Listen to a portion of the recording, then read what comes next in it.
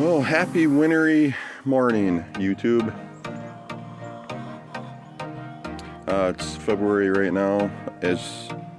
Well, you may or may not guess that. Still winter up here in Wisconsin. It's actually pretty nice out right now. It's like around 20 degrees Fahrenheit. I haven't made a video in a while about the chickens, so thought I'd make a winter chicken video. There was actually, I don't know if you saw on the camera or not, but a squirrel and a rabbit inside the chicken run over there. Anyway, so bring out some this is still morning here. Bringing out the girls some water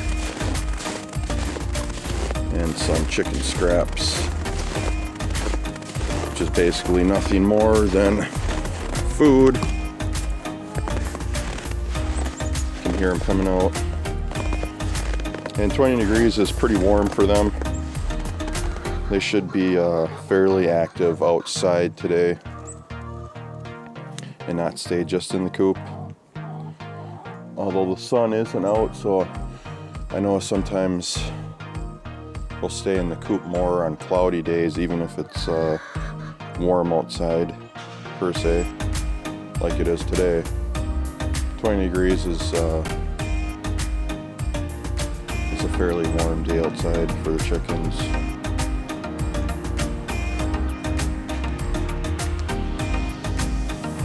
Usually the chickens, they will come out. Some of them will stay out for the majority of the day, other than when they go back in the coop for egg laying or eating out of their feeder inside. Anyway, I got some more. There's the chicken scraps. It's actually kind of surprising that there's only one out right now.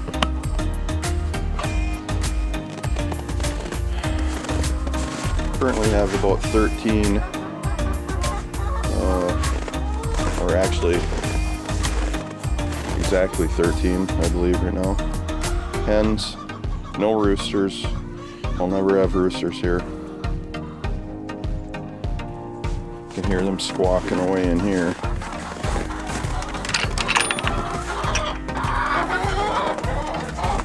Good morning. Good morning.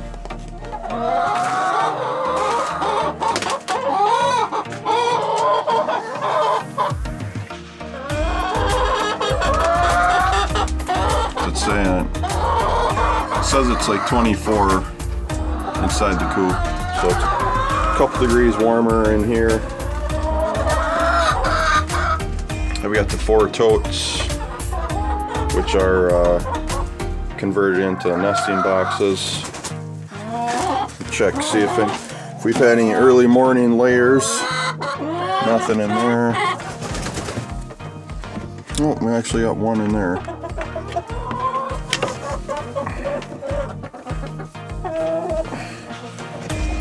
And another thing too is in the winter you have to be fairly vigilant about your eggs. Nothing in there. Yeah, nothing in there. So far this morning we've only got one egg. But just to finish my thought,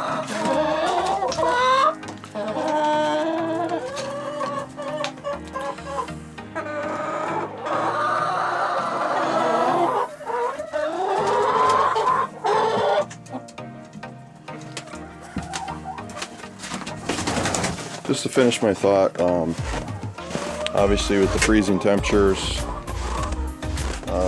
you need to be vigilant about getting your eggs in a timely manner, or they will crack they definitely crack easily in the cold and quickly. And the colder it is, the quicker that process happens. Sometimes it's unavoidable just with life, unless you have the time to actually come out and check for eggs every 10 minutes or so. There's going to be egg loss due to egg freezing. I obviously won't sell any eggs that have cracks in them or are cracked. I will use them for personal use if they can be saved. If they can't be saved, my dog loves to eat them, cracked ones. He won't eat the cracked shell, but he'll eat the nutritional yolk inside there.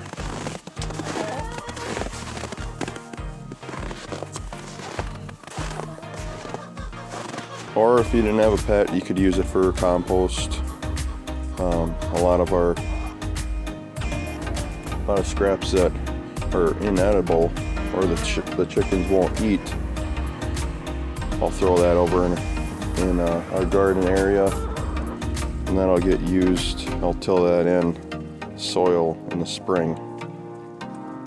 So it all gets, it's kind of like that, circle of life thinking that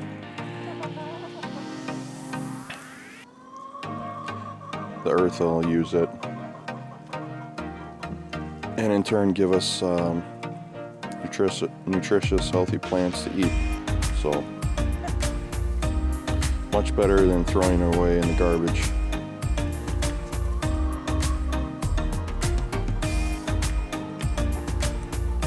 Yeah, for those of you that don't know or aren't familiar about raising backyard chickens, yes, you can have chickens in northern climates where it snows, it gets cold. They do come out. They can thrive. Obviously, they do need a chicken coop. My coop is not insulated. I take that back. I did throw some batting in that I had laying around. But essentially, in terms of real insulation value and heat value, the coop is not insulated. But the important thing is that you get them out of the elements. You get them out of the wind, get them out of the rain and the snow. You get them away from predators. And when they roost at night, when they're huddled up together, they obviously they generate body heat just like us humans, and they help keep each other warm that way too.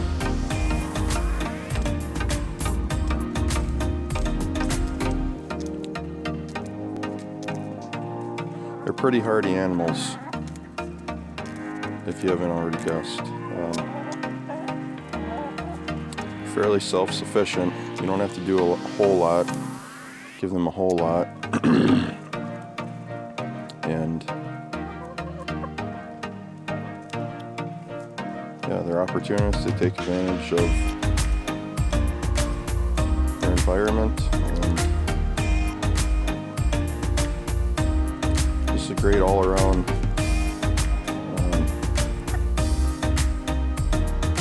animal to have. We love our backyard chickens. Intend on getting some more this spring. Every year you have to rotate in new chickens because their peak laying is 1 year of age. For the most part, after they hit 2 years, you really shouldn't count on much for eggs.